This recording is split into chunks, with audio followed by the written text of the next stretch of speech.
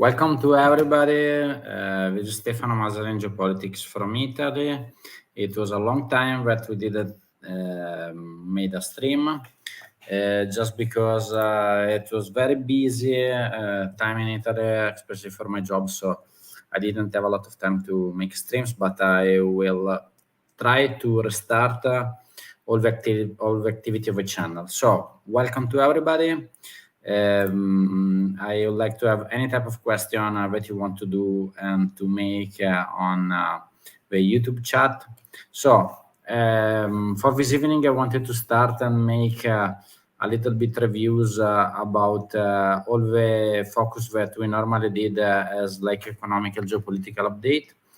There is a lot of attention about what is happening now in the US, about the resignation of Joe Biden as the candidate for the Democrats convention, and Kamala Harris. We will talk a little bit later, but let's start with sharing some economical information that I wanted to push about inflation, about what is happening in the situation about the commodities export of Russia. So let's see.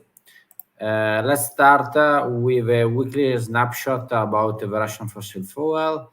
So we can see a little analysis about July, and we can see that the actual level of export it's mainly the same from the deep collapse that happened starting from 2022. So from the top of the selling, that was about pipeline gas, that was about $300 million for day.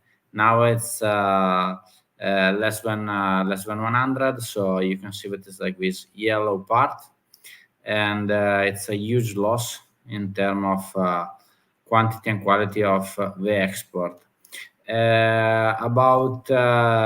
Let's see what is the destination of the top 5 importers. We can see that the top 5 importers of Russian fossil fuel remain China, that is the biggest one, India, Turkey, European Union. We will see which states are still importing from European Union, and Singapore, that it's like a third party importer and exporter. It's mainly like a transfer state. So about let's talk about the actual situation about the Russian economy, and then we will talk a little bit about OECD. So let's start about the inflation rate, just to compare what is happening now. Let's see the last year, and we can see that like the inflation, this is like official data from Federal Statistics Service of Russia in June 2023. So 12 months ago, it was 3.3%. We will make a compare with OECD countries, and now it's growing, and it's not stopping. In June 2024, it was about 8.6%. So analyzing the last 5 years, we can see that like the top inflation that we've got, it was like after the war, it was like a shock inflation, 17.8, and then there was a degradation of inflation till a collapse on March 2023 from 11% to 3.5%, and then a restart from April, and now it's growing. If we see about what is happening about the interest rate, we can see that these data are very connected. So when there was, let's say, just to share for you,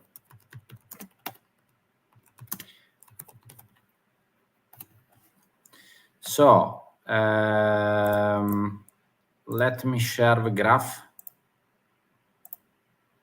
so you can check and you can see. The interest rate, we can see about the last years, it was like, let's say, we already said that restarted to go up in April 2023. So the Bank of Russia started to, let's say, try to reduce the impact of inflation, increasing the interest rate, and actually the interest rate in Russia is 16%. We can check what was happening in the last days. So also this cooling effect of the interest rate of the central bank in Russia is not working because the inflation is going high. There is a lot of connection between these two data and the real state of internal Russian economy. But actually it's focused mainly in war economy. We will take a little short look what does it mean.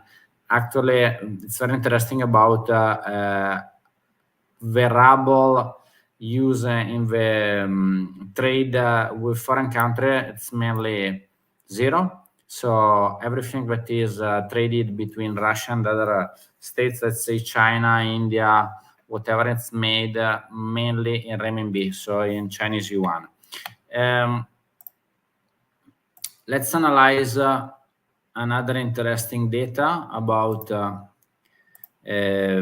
what is happening about interest rate with Reuters. So we can see let's analyze this article. Russia set for aggressive 200 basic points rate hike to cool down the economy. This article it's of yesterday, updated yesterday. So what is happening? Let's see. The Russian central bank is set to hike the interest rate 200 basic points to 18%. So we already said that till like yesterday to 16%, that was very, very high. So they're increasing other 2%, that is the equivalent of 200 basic points.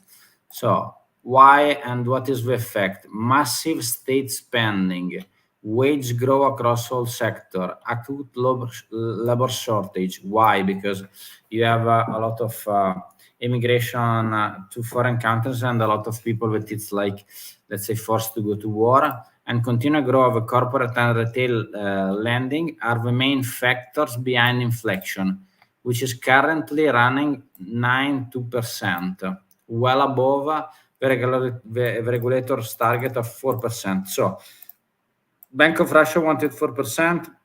The inflation, it is like official, it's 9.2%. But we can see that the real inflation in Russia now, it's much worse, especially in some sectors like food inflation.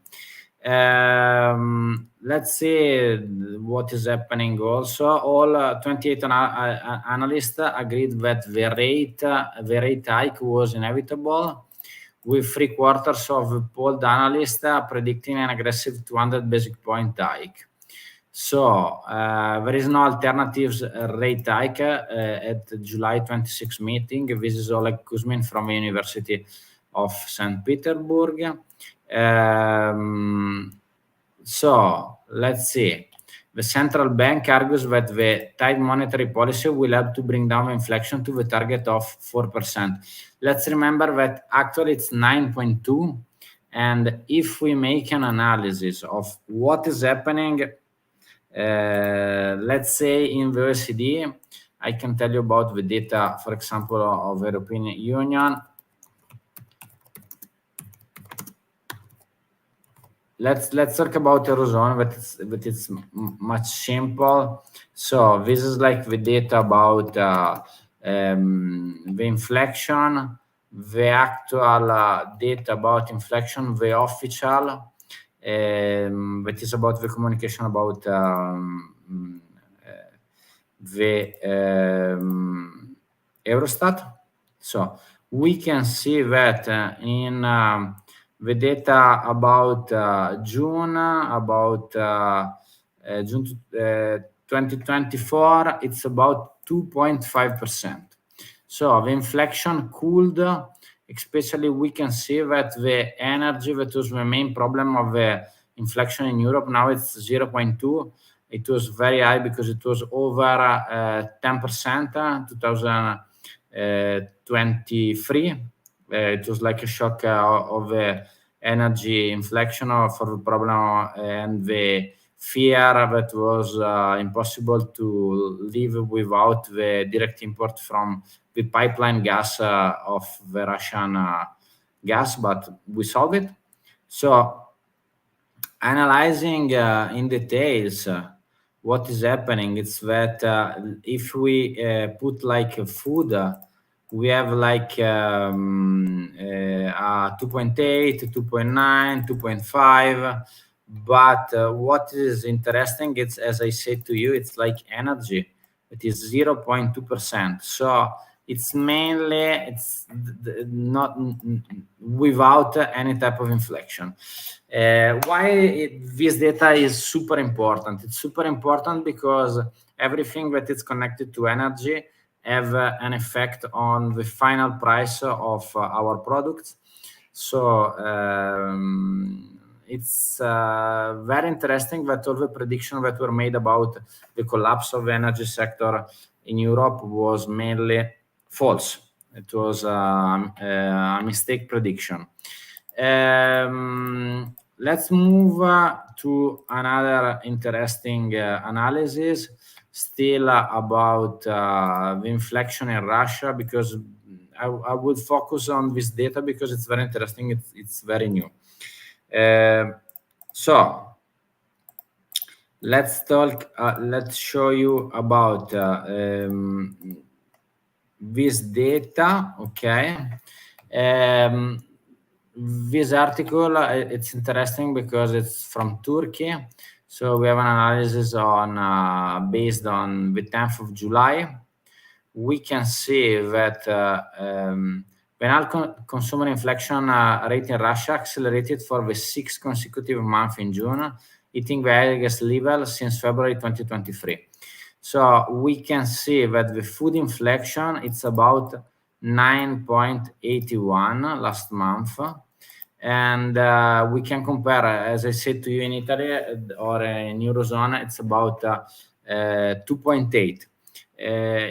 It's interesting because, let's say, all the target that the Russian central bank was putting is not realizing yet. And seems that it's very difficult to achieve these deals. And everything is pushing to, let's say, make an interpretation that this war it's getting very wrong effect as not predicted from before in a long-term war. If you have any let's say question, just ask. Analyzing the effect on let's say inflation in US. Why it's important? It's important because let's say the inflation falls 0.1% in June.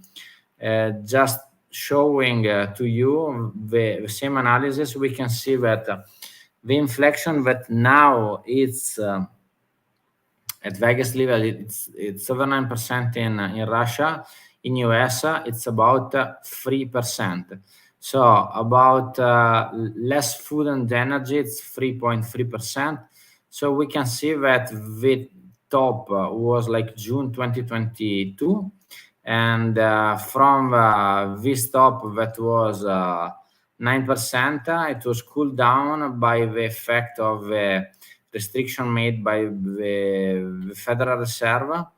And so let's see this analysis. This was the first time since May 2020 that the monthly rate show a decrease, excluding volatile food and energy cost, so-called core CPI, increased 0.1 monthly and 3.3 from a year ago.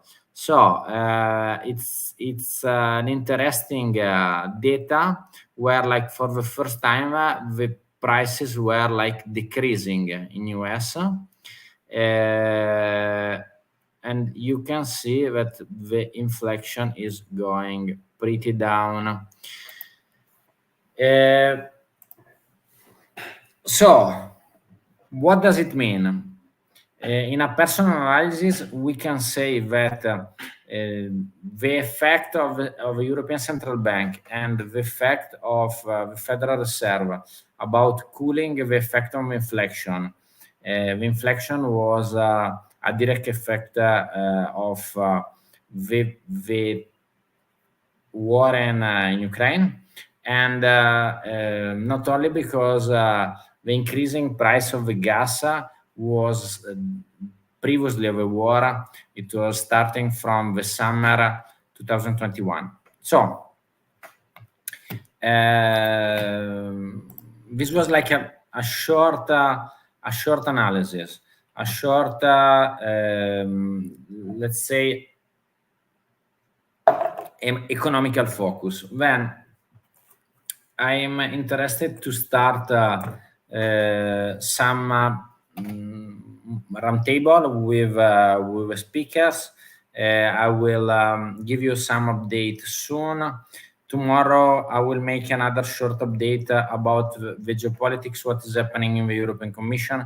It's very interesting because it's a little bit a mess about the groups. Also in Italy, the government is divided in 3 different groups, in the Conservatives, in the Patriots, and in the Popular Party. So there will be a lot of interesting data and a lot of interesting alliance that will happen from here to November.